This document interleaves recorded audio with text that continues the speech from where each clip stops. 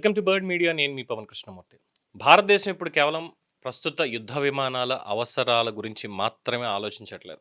2040 సంవత్సరం తర్వాతి యుద్ధాల కోసం ఇప్పటి నుంచే గేమ్ ప్లాన్ సిద్ధం చేస్తుంది. అందులో భాగంగానే 6వ తరం ఫైటర్ టెక్నాలజీ మీద ఫ్రాన్స్తో కలిసి పనిచేసే అవకాశాన్ని కూడా పరిశీలిస్తోంది.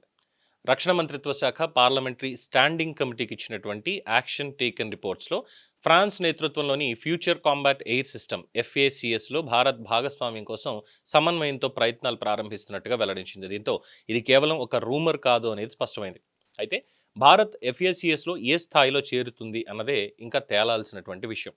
అయితే అసలు కథ ఇక్కడ ఏంటంటే, భారతదేశం ముందు రెండు పెద్ద మార్గాలు ఉన్నాయి.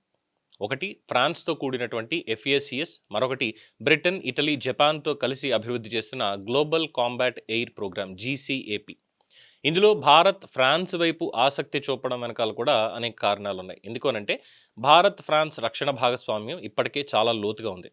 రఫాలే నుంచి నౌకాదళ సహకారం వరకు కూడా ఇప్పుడు ఫైటర్ ఇంజిన్ టెక్నాలజీ వరకు రెండు దేశాలు కలిసి పనిచేస్తున్నాయి. సో ఈ రిలేషన్ని భవిష్యత్తు యుద్ధ విమానాల అభివృద్ధికి తీసుకెళ్లడం భారతదేశానికి సహజమైన ఒక వ్యూహాత్మక అడుగుగా కనిపిస్తోంది. అయితే మరి ఇక్కడ ఈ 6th జనరేషన్ ఫైటర్స్ అంటే ఏంటి? ఇది కేవలం మరింత వేగంగా ఎగిరేటువంటి ఒక కొత్త సైజు విమానం కాదు. Stealth, artificial intelligence, advance sensors, electronic warfare, unmanned combat aircraft, long range weapons ఇవన్నీ కలిపి ఒక నెట్వర్క్లో పనిచేసే, ఒకే నెట్వర్క్లో పనిచేసే సిస్టమ్ ఆఫ్ సిస్టమ్స్ అనే కాన్సెప్ట్. అంటే భవిష్యత్తులో ఒక ఫైటర్ జెట్ ఒంటరిగా యుద్ధం చేయదు. దాని వెంట డ్రోన్స్ అంటే unmanned air craft, remote carriers ఉంటాయి.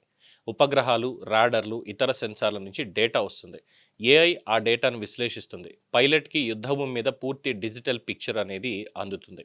అంటే ఆ విమానం ఒక ఆయుధం మొత్తం కాదు, మొత్తం యుద్ధ నెట్వర్క్ కేంద్రంగా మారుతుంది. ఇదే టెక్నాలజీ కోసం ప్రపంచంలోని ప్రధాన సైనిక శక్తులన్నీ కూడా పోటీ పడుతున్నాయి. ముఖ్యంగా చైనా భారత్కి అతిపెద్ద కారణం. చైనా ఇప్పటికే J-20 వంటి స్టెల్త్ ఫైటర్లని ఆపరేట్ చేస్తోంది.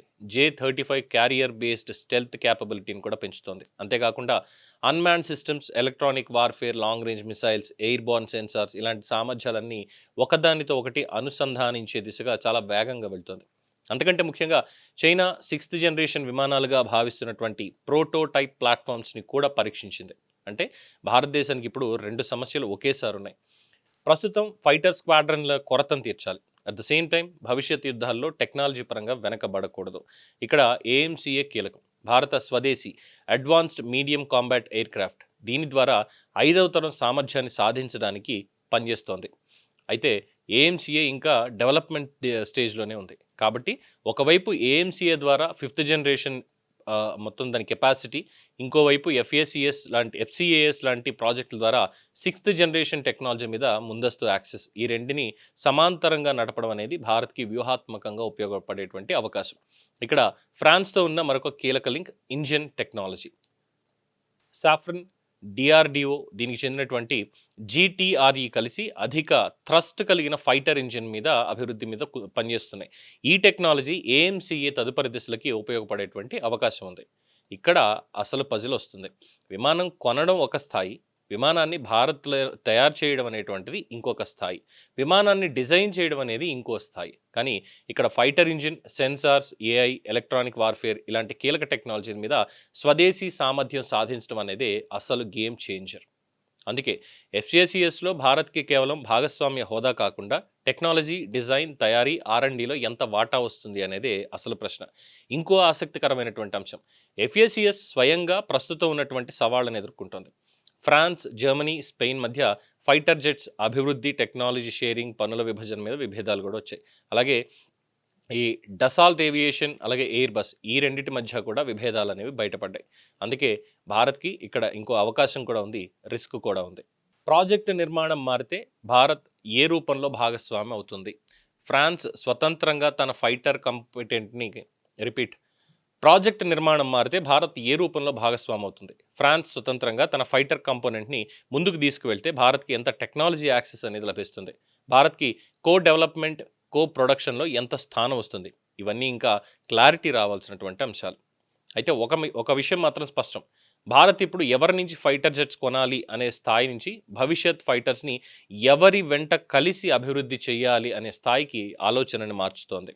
ఇది చాలా పెద్ద మార్పు.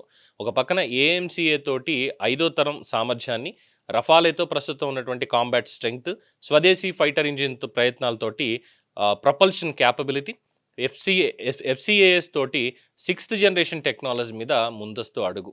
అంటే భారత్ లక్ష్యం ఒక విమానం మాత్రమే కాదు, భవిష్యత్తు ఎయిర్ వార్స్కి అవసరమైనటువంటి మొత్తం ఎకోసిస్టమ్స్ని నిర్మించుకోవడం. చైనా ఒక పక్కన 6th జనరేషన్ వైపు పరుగులు తీస్తూ ఉంటే భారత్ కూడా ఇప్పుడు అదే రేసులోకి అడుగు పెడుతోంది. ఇది యుద్ధానికి సిద్ధమవుతోంది అనే సంకేతం కాదు, ఒకవేళ యుద్ధం వస్తుంది అనే లోపు టెక్నాలజీలో ముందుండాలి అనేటువంటి ఒక వ్యూహం. మరి ద లాస్ట్ క్వశ్చన్, భారత్ ఎఫ్సిఏఎస్లో కేవలం భాగస్వామిగా ఉంటుందా, లేదా ఫ్యూచర్ 6th జనరేషన్ ఫైటర్ డిజైన్స్లో తన ముద్ర వేస్తుందా? ఇక్కడే ద గేమ్ స్టార్ట్స్.